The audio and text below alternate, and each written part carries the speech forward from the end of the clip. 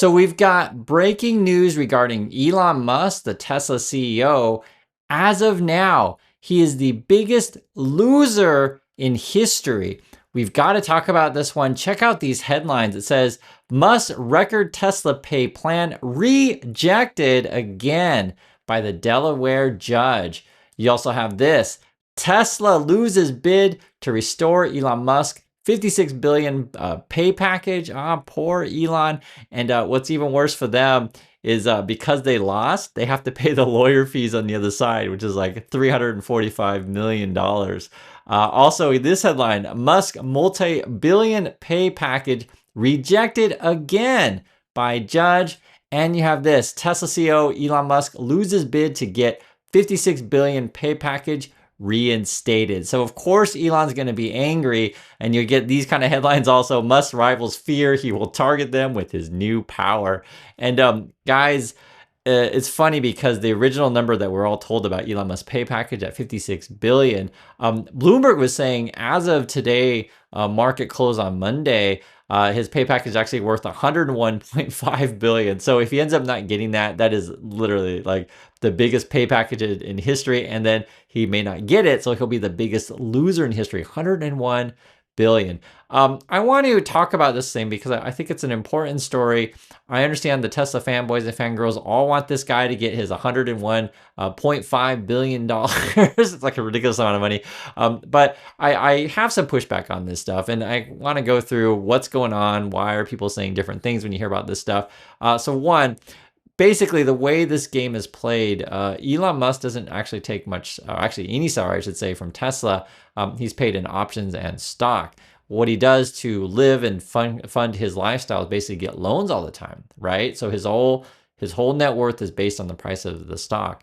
Now, what's crazy though, if this pay package ends up getting rejected, is like he takes a massive hit to his wealth, and he owes a lot of money to a lot of people, right? Regarding that Twitter deal, which absolutely went sideways. Now, to be fair to Musk, he did win the presidential election with Trump, right? And you can argue, who is a more powerful, Trump or Mr. Musk? And also to Elon's, I guess you could say credit if you want to say that. He has a lot of influence, right? But it's based on debt, and it's also based on his assets, which may or may not show up depending on what happens with this legal case, because he does have a right. I think he could take this, I probably will, take it to the Delaware Supreme Court. This particular ruling, what happened before, is the judge struck it down, if you've been following this case, saying, when shareholders approved your pay package before, the board of directors wasn't necessarily protecting shareholders, didn't inform them properly of these kind of things, and weren't necessarily having Tesla's best interests at heart. The other issue with the whole pay package of Elon Musk, and this will make sense if you guys understand the story, is that a lot of it was based on the market cap of the company. So essentially, Elon Musk was incentivized to lie about the company, to pump up the stock, right? And then you hit the pandemic, and then you had like all these crazy Tesla stock promoters and pumpers, etc., be it on social media, be it on the cable news networks or whatever, pumping up Musk like crazy. And then you got the Tesla valuation, frankly, went to the moon. And going back there again, because we're all based on hyping it that, hey, Elon Musk is corrupt, President Trump is corrupt, they're going to make some sort of corrupt deal, and like people are cheering on corruption. They're expecting like special deals for Tesla. Just think how crazy this market is. And so this whole sort of thing that Elon's built, this house of cards, right? It revolves around the valuation of Tesla stock, and frankly, like a Ponzi. And to keep the Ponzi going, right? To get people to buy into these fictitious stuff, be it your robots or your robotaxis, your Roadster that's vaporware, like fictitious vaporware things, you have to keep people buying into the system. And then Elon will ultimately cash out to try to do and fund his other next thing, right? So his next thing lately has been the XAI. He's been raising money for that. It's kind of funny too, he's talking about going to Mars all the time. And so whether or not, he would just completely abandon Tesla after he gets his pay thing, I personally think he would. But to be fair to Elon, if people let you, get rich and people can invest in your company, and all you have to do is just play video games and do substances and party down in Florida now.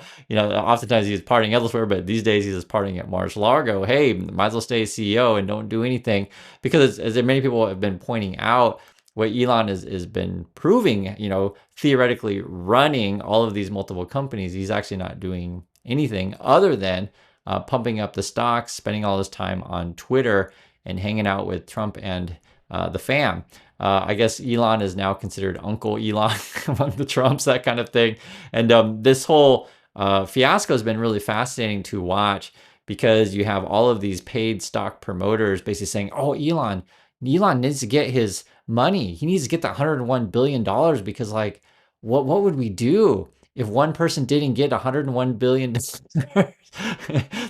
Just think how ridiculous that is, because and I laugh about this stuff, but this is also just a sad reality. You have a lot of people that get canned, to get fired by Elon, yet you have all of these crazy stock promote people who are all celebrating that kind of thing. So you have this real divide. You also have Elon, his original fan base was essentially people in California, right, where Tesla used to be based. I guess now they're in Texas, and that tends to be more left-leaning, people who care about the climate, people care about new technology, people care about electric cars, these kind of things. And now he's in Texas, where you're hanging out with a bunch of people who like oil, right? Oil's their thing. That's Texas. Who doesn't know that? And so it's fascinating to see what's going to happen with Elon. And I think a lot of what he's doing these days is essentially playing this political game, this sort of juggling act, in order to, keep the Ponzi going as long as you can, get that 101 billion pay package, pay back all the people that you owe in Russia, Saudi Arabia, Wall Street, and otherwise, and essentially try to become king of the world in a different sense. I think, and I understand this, for people who love Tesla or whatever, you think Elon is God. I understand that people think that way, but all you have to do is open your eyes, and you can see what he does on a daily basis. He tweets out like 100. Well, the Wall Street Journal said it was 72 times a day. I think it's actually increased. I don't know what the latest numbers are in his daily tweets, but yeah, the original estimate was 72 times a day. I think it's over 100 myself, just from looking at how much activity he does. And he's going to be furious. I was just checking, kind of curious, has he said anything about, he hasn't made any statements as of yet. I'll report later if he does, because it's actually kind of fun to see what people, say when you're down $101 billion. Now, again, the news is reporting 56 billion as the headline, but the Bloomberg is no, as of today, it's actually worth 101 billion, his pay package. I'll be curious what you all think. Do you think he's eventually and ultimately going to get it? One of the things that you would have to prove in order to get the thing is that the shareholders are well aware of this stuff, and that it's a fair pay package. You have to prove that somehow 101 billion is fair.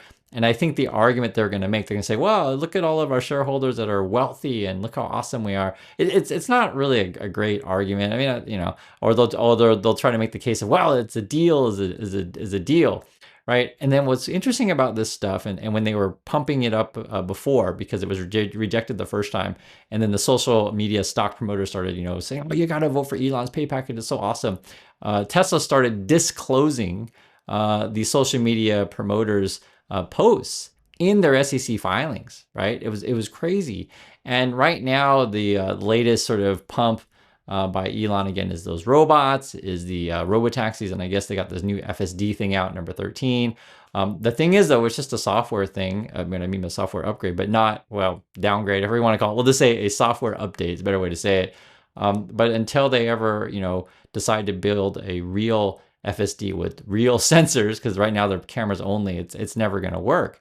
And so this is the question, is going to be, how long can this charade and Ponzi go on? This was interesting, and that's sort of why politically why Elon would align with Trump, because you get all these regulations on your side and try to pump up, or I should say remove regulations, so that government is on your side to try to pump up whatever valuations that you can. But I just think this thing is a big house of cards, and seeing this particular decision by Delaware rejecting his pay package, I think all hell breaks loose going into next year. And who knows if this it's going to go to the Delaware Supreme Court? Who knows if it ends up to the highest court in the land, and that would be a Trump court. So that would be interesting if it ends up going that route. And then you got a crazy political fight, and that's why I mentioned the articles come out where Elon is trying to take revenge on his enemies. I think he's going to make a lot of enemies along the way, and he owes a lot of money to a lot of people. And you have his sort of crazy personal life. You have to mention it because it does matter. Where he's building this compound, cult compound with all his wives and all his kids, and he's got that stuff to juggle. And then he's got all these new political entanglements. Even in the UK, he's trying to affect politics over there. I think the latest rumor is that he's going to give 100 million to like a really right wing conservative person to run. I think it was Nigel Farage, I think his name is. So I've been hearing that people in the UK are very uneasy about that. Now, this boils down to, though, a couple things. Will he get that money from his pay package to keep doing this stuff and start affecting politics all around the world, not just UK, not just US, but everywhere? Or will that pay package get rejected? Twitter, say, goes bankrupt, Tesla goes bankrupt, and the house of cards then just completely collapses. I think this next year is going to be really big for Tesla because it's essentially put up or shut up, right? We had the presentations of the new products that you have coming. You got that new administration coming in, and everyone has all these high hopes that you're going to be making oodles of cash. Everyone has high hopes for the SpaceX stuff, but there's only so long that you can have the charade. So anyway, that's my thoughts on it. Again, Elon Musk will end up being the biggest loser in history if this court ruling stands. $101.5 billion he stands to lose. So please share your thoughts on it, and catch you all in the next video.